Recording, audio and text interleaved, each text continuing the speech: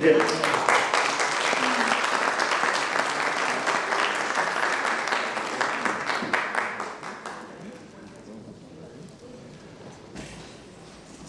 Gracias a Dios nos usamos maquillaje. Quiero leer dos pasajes en esta mañana.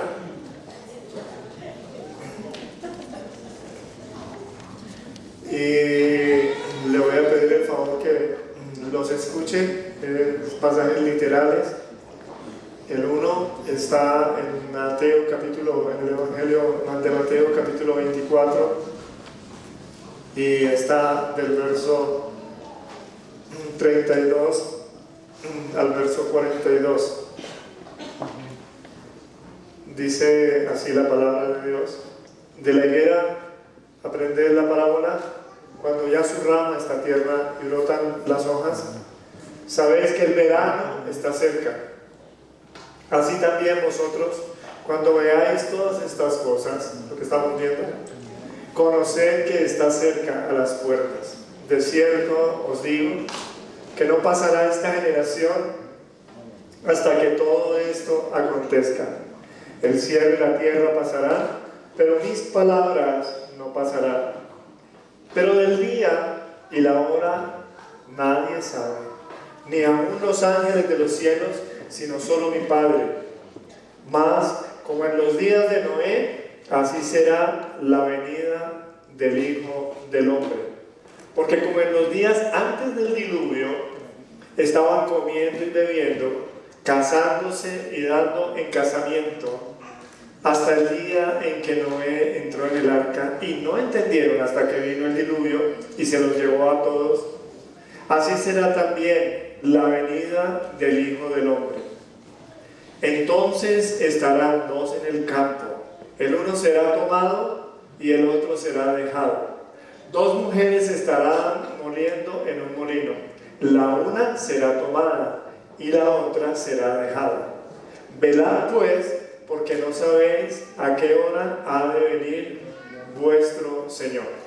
Este es el pasaje de Mateo capítulo 24, versículos 32 al versículo 42. Y el otro pasaje, que es los evangelios no dicen cosas diferentes, los evangelios se complementan el uno al otro. Y el pasaje que es muy paralelo está en el Evangelio de Lucas capítulo 17, en el Evangelio de Lucas en el capítulo 17, y dice desde el verso 22 al verso 36. Y dijo a sus discípulos: tiempo vendrá cuando desearéis ver uno de los días del Hijo del Hombre y no lo veréis. Y os dirán: he aquí o helo allí, no vayáis ni lo sigáis. Porque como el relámpago que al fulgurar resplandece desde un extremo del cielo hasta el otro, así también será el Hijo del Hombre en su día. Pero primero es necesario que padezca mucho y sea desechado por esta generación. Como fue en los días de Noé, así también será en los días del Hijo del Hombre. Comían, bebían, se casaban y se daban en casamiento, hasta el día en que entró Noé en el arca, y vino el diluvio y los destruyó a todos. Asimismo, como sucedió en los días de Lot, comían, bebían, compraban, vendían, plantaban, edificaban. Mas el día en que Lot salió de Sodoma, llovió fuego del cielo y azufre, y los destruyó a todos. Así será el día en que el Hijo del Hombre se manifieste. En aquel día, el que esté en la azotea y sus bienes en casa, no descienda a tomarlos, y el que en el campo, asimismo, no vuelva atrás. Acordaos de la mujer de Lot. Todo el que procure salvar su vida la perderá, y todo el que la pierda la salvará. Os digo que en aquella noche estarán dos en una cama, el uno será tomado y el otro será dejado. Dos mujeres estarán moliendo juntas, la una será tomada y la otra dejada. Dos estarán en el campo, el uno será tomado y el otro será dejado. Respondiendo le dijeron: ¿dónde, Señor? Él les dijo, donde estuviere el cuerpo, allí se juntarán también las águilas. Bien, si nosotros revisamos los pasajes, cita dos, podemos leer que habla de dos severos juicios que tuvo la historia. No quiero ahondar en las evidencias que hay del juicio de Noé. No quiero ahondar en las evidencias incluso arqueológicas que tienen las ciudades de Sodoma y Gomorra. No quiero ahondar en eso porque digamos que eso es un tema bastante extenso. Como temas, uno entiende claramente que además de estar en la Biblia, está el registro en la historia. Dos juicios, el de Noé y su generación. Dos juicios, el de Lot y su generación. Y los pasajes que leímos entonces son muy paralelos. Tanto Noé como Lot son ejemplos de la misericordia de Dios, es decir, del deseo que tiene Dios de prodigar salvación a todos los hombres. Tanto Noé como Lot son ejemplos de Dios para mostrar cómo se puede preservar la vida a través del juicio que Dios tiene decretado. Del juicio que Dios tiene, dice, incluso dice su generación. Y lo digo porque intuitivamente una persona aunque sea incrédula, sabe que las cosas no están bien. Aunque la persona no esté de acuerdo con el punto de vista bíblico y se quiera cerrar, sabe que las cosas no están funcionando bien, que hay algo que hay que corregir, pero todavía no le atina a qué es. Damos gracias a Dios porque nos ha dado el Evangelio, y el Evangelio que nos ha dado nos lo ha dado bastante claro y explícito. A mí me encanta el Señor porque Él tiene ternura para personas como yo, débiles, personas como yo, que nos cuesta entender las cosas. Entonces Él con toda ternura tiene la delicadeza de acercarse y enseñarnos con pasajes como estos. Y son pasajes bastante reales. Sin embargo, muchos dirán, bueno, es que estamos en una boda, es día de alegrarse, es día de celebrar. ¿Cómo usted va? Alfredo siempre con la misma, ¿no? Alfredo siempre con la misma, en tiempo de fiesta predicando juicio. Y quiero llamar la atención sobre la cita de los dos pasajes que habla de la cita de casarse y darse en casamiento, y habla justo antes del juicio. Dice, estaban, como leímos, comiendo, bebiendo, dice, comprando, vendiendo, plantando, edificando. Y dice, pero también la expresión dice casarse, se estaban casando y se estaban dando en casamiento. Porque todo esto que los hombres hacemos, dice, es parte de nuestra vida, y cada actividad que el hombre hace siempre sucede en todo lugar. Pero lo que yo quiero destacar precisamente es cómo nos muestra cómo aún el mensaje y el propósito del matrimonio puede diluirse y distorsionarse. Entienda lo siguiente, que a la luz de los dos pasajes que leímos, a la luz de esos dos pasajes, claramente podemos ver que estas personas recibieron el juicio de Dios. ¿Cuáles personas? Las que estaban casándose y dándose en casamiento, las que estaban comprando y vendiendo, las que estaban plantando y edificando. Y entonces Alguno levantará la mano y dirá, entonces ¿qué es pecado casarse? Entonces es que es pecado comprar, es pecado vender, es pecado beber, es pecado. No se trata de eso. Lo que quiero destacar es que el propósito del matrimonio, el mensaje del matrimonio puede llegar a diluirse dentro de todas las actividades que nosotros hacemos, perdiendo el real significado de cada una de las cosas que Dios nos dio para hacer. No sé, algunos aquí no se han casado, otros ya se casaron y no están casados, no lo sé. No puedo pensar en la circunstancia de cada uno de ustedes.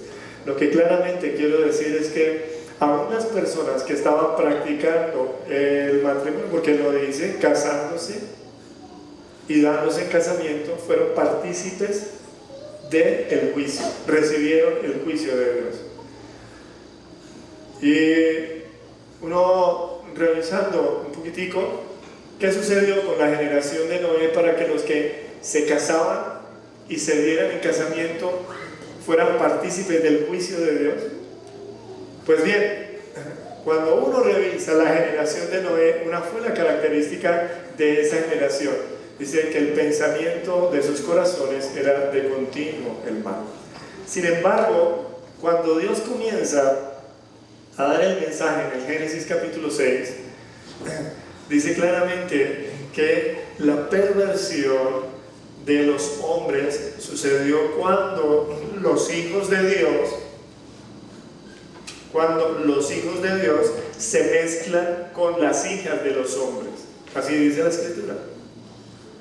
Aconteció, dice la Escritura, que viendo los hijos de Dios a las hijas de los hombres que eran hermosas, dice, se casaron con ellas. ¿Ya? Entonces, hay muchas interpretaciones sobre estos pasajes.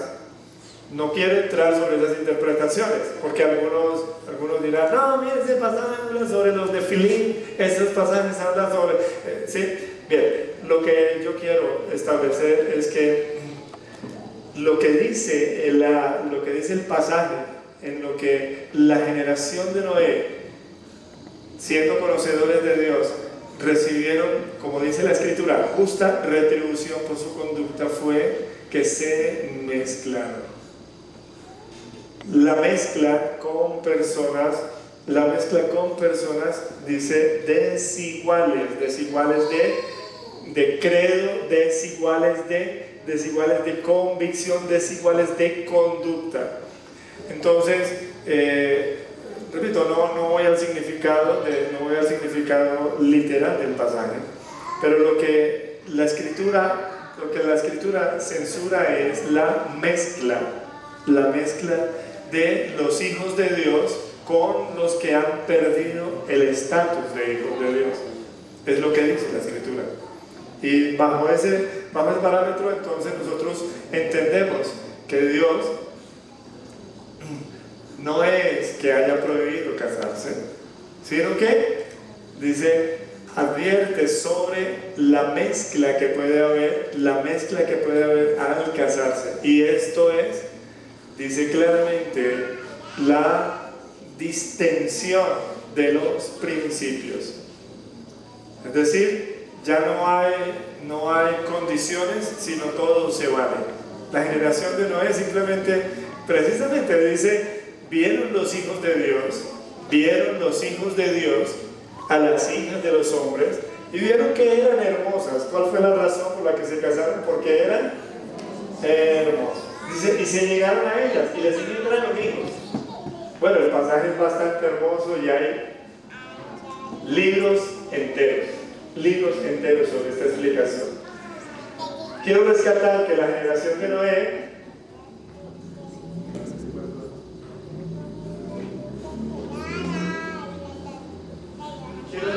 quiero destacar que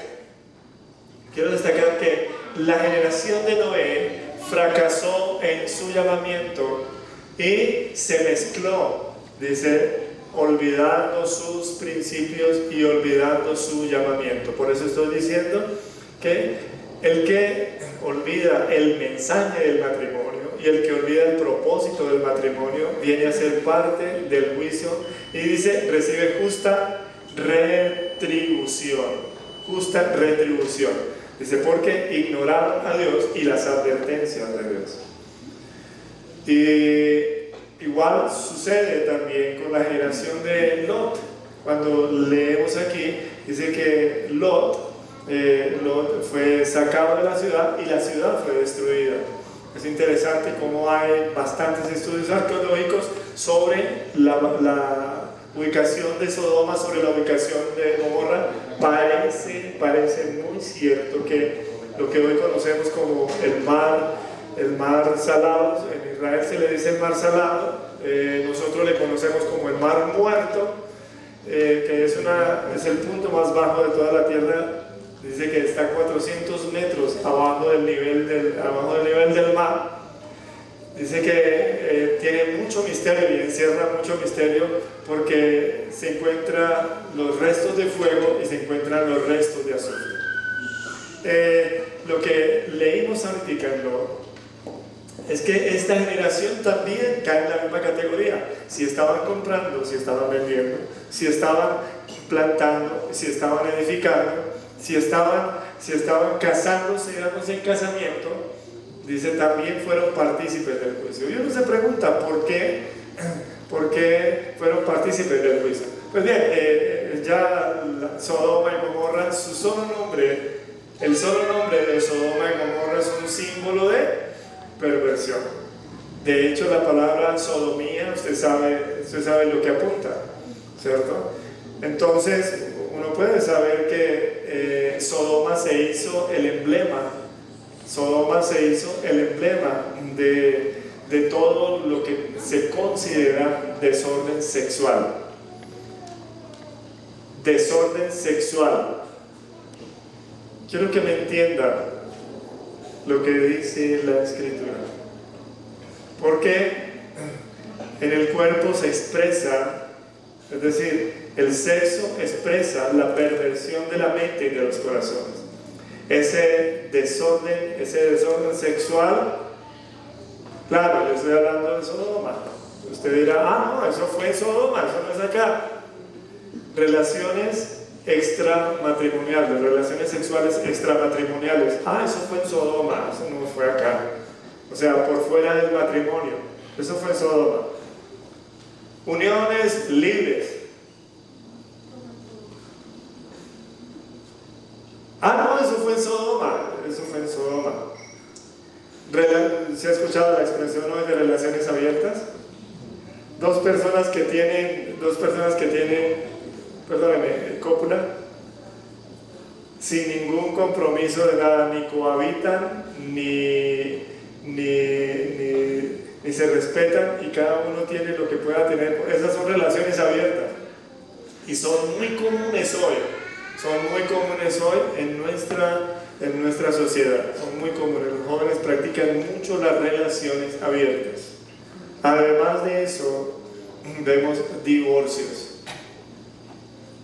Esta me gustó, ya no me gustó, ahora me gustó esta, ya no me gustó, ¿sí?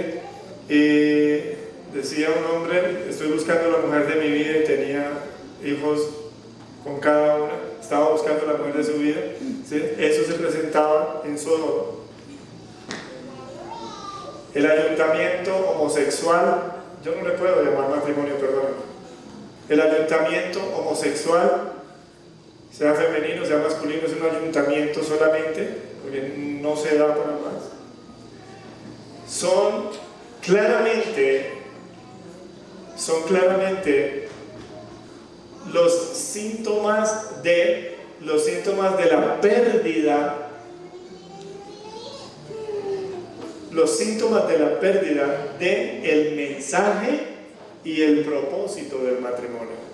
Por eso, dentro de las actividades que los hombres hacemos, dice comprar, vender, plantar, edificar, casarse, darse en casamiento, la perversión inunda también a esa generación. Por eso, estos dos ejemplos nos muestran cómo a raíz de esa perversión, dice, se recibe el justo juicio de Dios. Y cosas como las que estamos viendo hoy fueron las que trajeron el juicio a la generación de Noé y a la generación de Lot. De esa manera, yo quiero decir que cuando uno pierde el significado, es decir, el mensaje del matrimonio y el propósito del matrimonio, dice, ahí está inherente la perversión. Ahora, piénsenlo en comprar y en vender. Hay gente que dice, no, pues yo solamente soy un vendedor. ¿Y qué vende usted? Pispirispis. Y dice, ¿para qué sirve eso? No sé, pero me los compran. O sea, se está iniciando, se está introduciendo. Algunos jóvenes me dirán, ¿qué te pasa? Eso ya no se está introduciendo, eso ya está en pleno, el metaverso.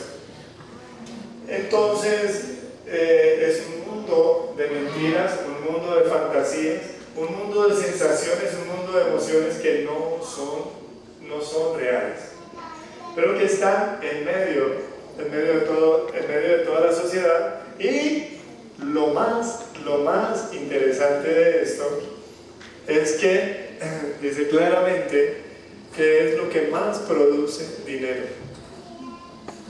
Es decir, yo vendo, y usted sabe que el fundador de Metaverso, es una de las personas más ricas que hay sobre toda la tierra. Usted solamente, dijo el abuelito que lo iban a secuestrar, que lo vamos a secuestrar, y dice, ay no, yo solo tengo una panadería. ¿Cómo llama su panadería? Bimbo.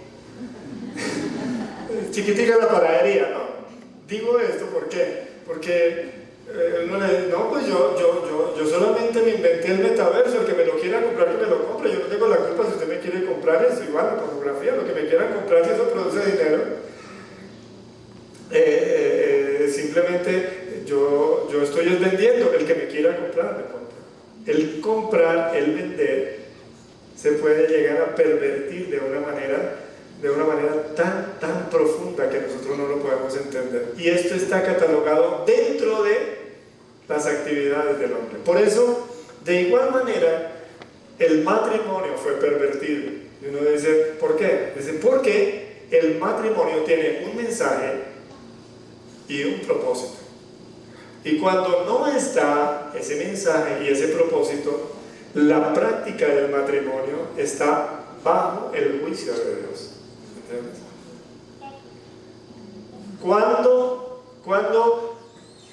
Cuando el casarse o el darse en casamiento está bajo juicio, cuando hay relaciones extramatrimoniales, cuando hay uniones libres, cuando hay relaciones abiertas, cuando hay divorcios, cuando hay separaciones, ayuntamiento homosexual, cuando hay reglas de la cultura mezcladas, dice, en las mentes y en la moralidad.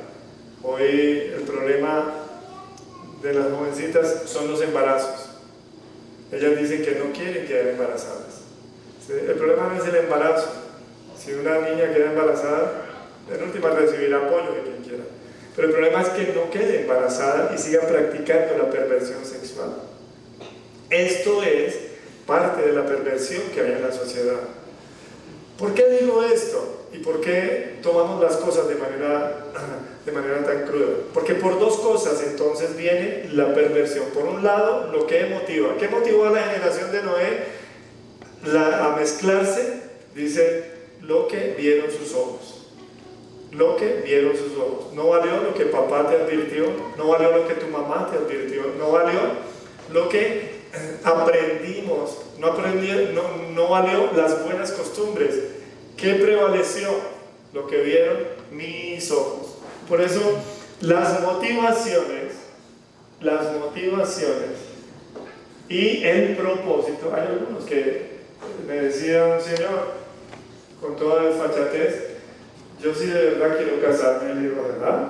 Dice, sí, yo estoy cansado de lavar mi ropa y planchar mi ropa. Y efectivamente se casó, y efectivamente se divorció, y efectivamente está está muy mal, está muy mal. Porque tanto las motivaciones se pueden pervertir como el propósito se puede pervertir. ¿Para qué se casa usted? No, yo me voy a casar para tener hijos y mis hijos me mantengan. Yo me voy a casar para tener hijos y a muchos les interesa mandar a sus hijos a estudiar. ¿Cuál es el país más caro del mundo para estudiar? Debe ser Singapur. ¿Dónde? Fuera de Colombia, ¿qué país es el más caro para estudiar? ¿Alguien dijo Colombia? Ir a estudiar a Ginebra, Suiza, o a Singapur, o al mismo Japón, ¿cierto? Los padres hacen todo el esfuerzo, pero no les hablan de Dios ni les comparten la Escritura. Hacen todo el esfuerzo por educarlos para este mundo, pero nunca les incentivan el temor de Dios. Y yo quisiera que entendieras que la perversión entonces viene por dos cosas. Una, por el motivo, y dos, por el propósito de las cosas.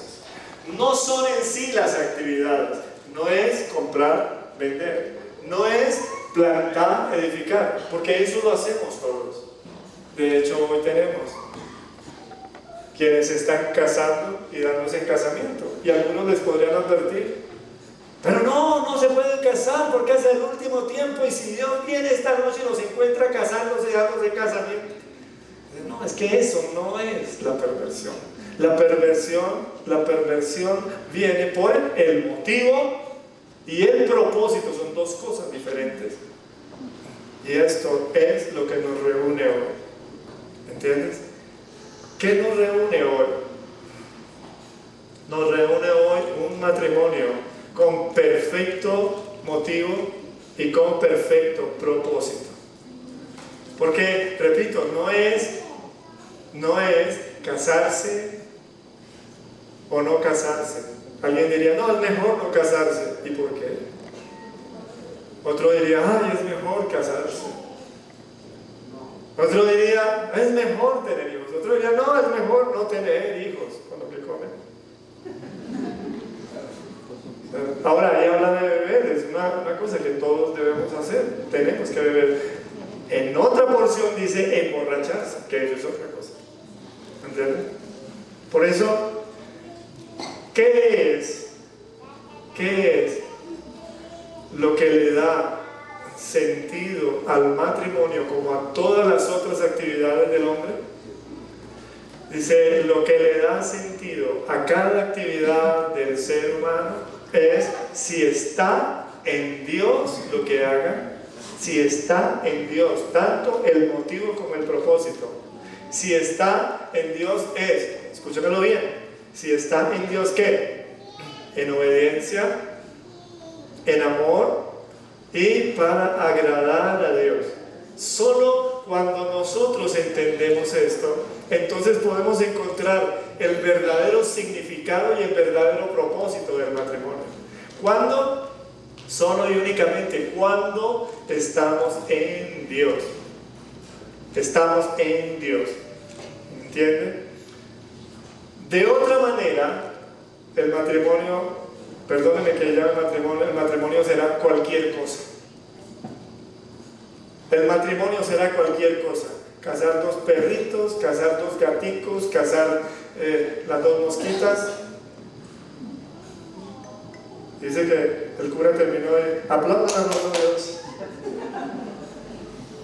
Cualquier cosa se convierte en matrimonio, pero lo que la Escritura dice, que el matrimonio tiene una esencia, el matrimonio tiene un motivo, el matrimonio tiene un propósito, el matrimonio tiene un mensaje.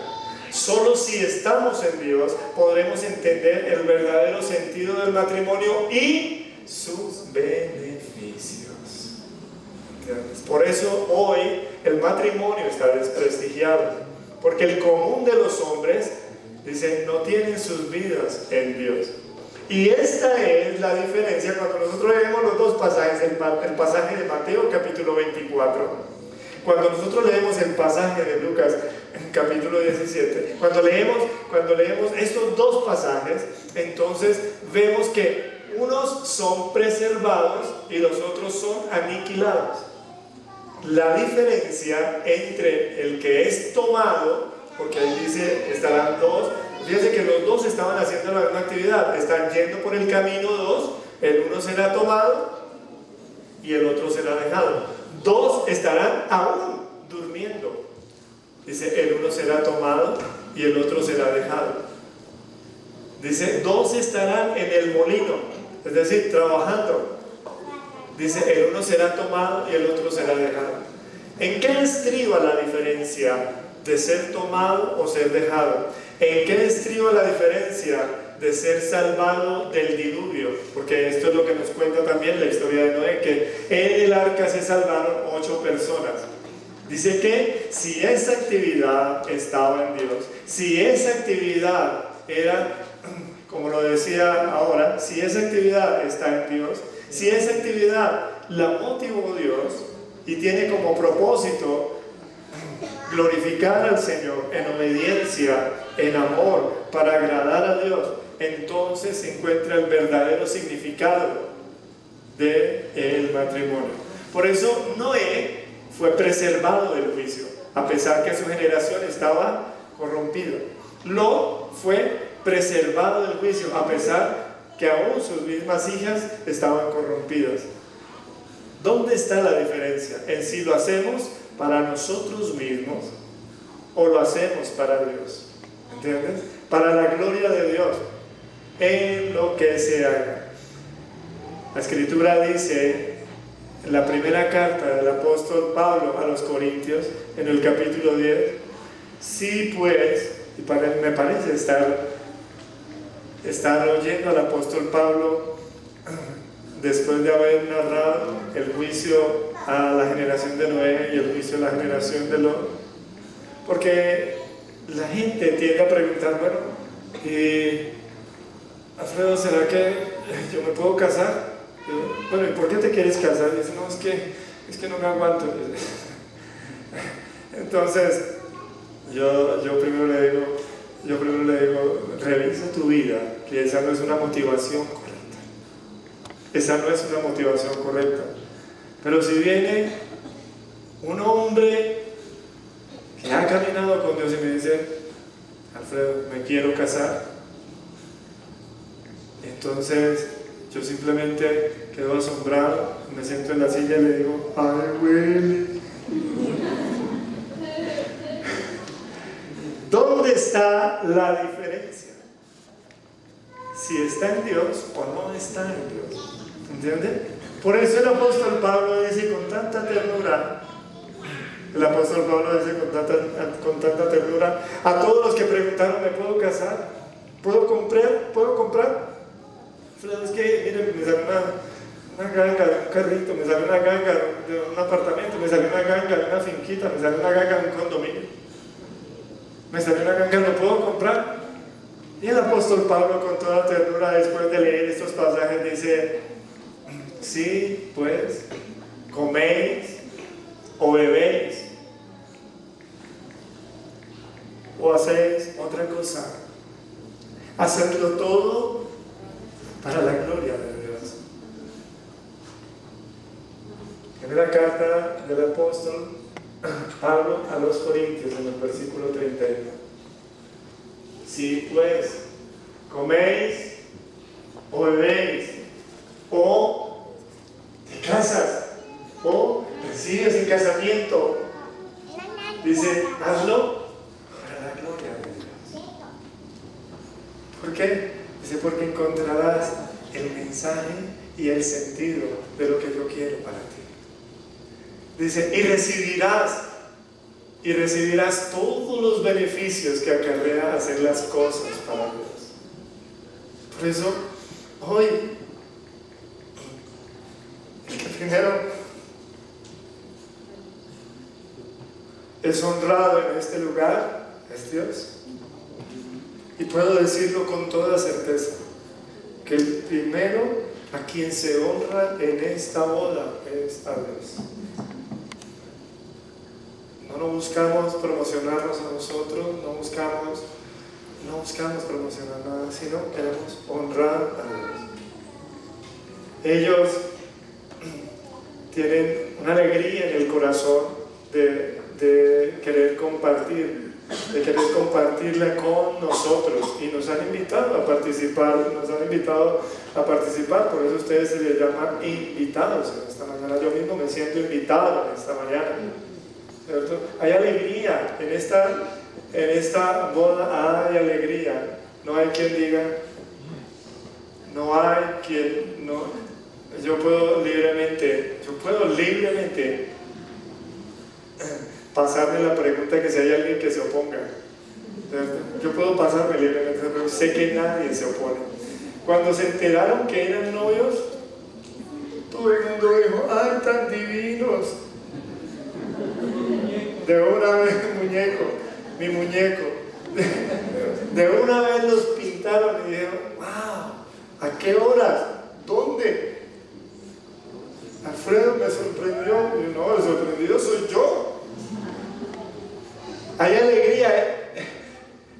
El corazón de Orén estaba alegre y se acercó a su pretendida muy alegre, y él quiso compartirlo conmigo.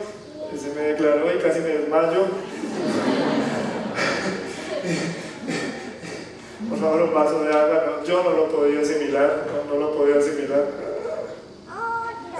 ¿Por qué hay tanta alegría? Dice, porque ellos se han consagrado a Dios y alegran a Dios, porque ellos esperaron, porque Dios dice que hay que esperar, porque ellos se guardaron. ¿Por qué? Porque Dios dice que hay que guardarse, porque ellos pidieron consejo. ¿Por qué? Porque Dios dice que tu papá y tu mamá quieren lo mejor para ti. ¿Entiendes? Por eso hay que pedir consejo, y ellos pidieron consejo. ¿Les puedo contar? No. Que lo cuente. Tía, dice Juana, tía, mira con los que me salió William. Yo no sabía. Nosotros sí sabíamos. Ya sabía, yo ya había pasado el colapso. Y ya lo había asimilado. ¿Y tú qué piensas? ¿De qué? Duró como casi una semana que no sabía dónde. No sabía. No podía, ¿cierto? Tía, ¿podemos hablar? Y mi esposa, habla, porque la que decide eres tú, ¿cierto? Tía, pero dígame no. Esto es hermoso. Después cuando estemos brindando, se va a extender un poco, pero fue algo hermoso. Se acercó a pedir consejo. ¿Por qué? Porque la Escritura dice que hay que pedir consejo. Eso no es que ese hombre es mío. Esto no es que tú eres la que me movió el piso y que... No, esto es, Señor, hay algo que me está pasando adentro. ¿Qué me pasa, Señor? Y el Señor... Dijo Adán cuando vio a Eva, ¡Ea! Por eso le llamó Eva después. ¡Ea! Cuando vio a la idónea, ese hombre exultó, ¿sí? Y sucedió. Ellos se alegraron de ver cómo todo fue de esa manera. Y con esa decisión, entonces honran a sus padres. Como hijos sabios, alegran a sus padres. Nosotros los misioneros, mi esposa y yo, nos alegramos. No porque él sea misionero y ella sea misionera y van a tener hijos misioneritos. No. Sino porque ellos lo han hecho en temor de Dios. lo han hecho en obediencia, lo han hecho en el tiempo que es, dice la Escritura, todo lo hizo hermoso en su tiempo. Por eso nosotros los misioneros nos alegramos. Los invitados se alegran. Hermoso.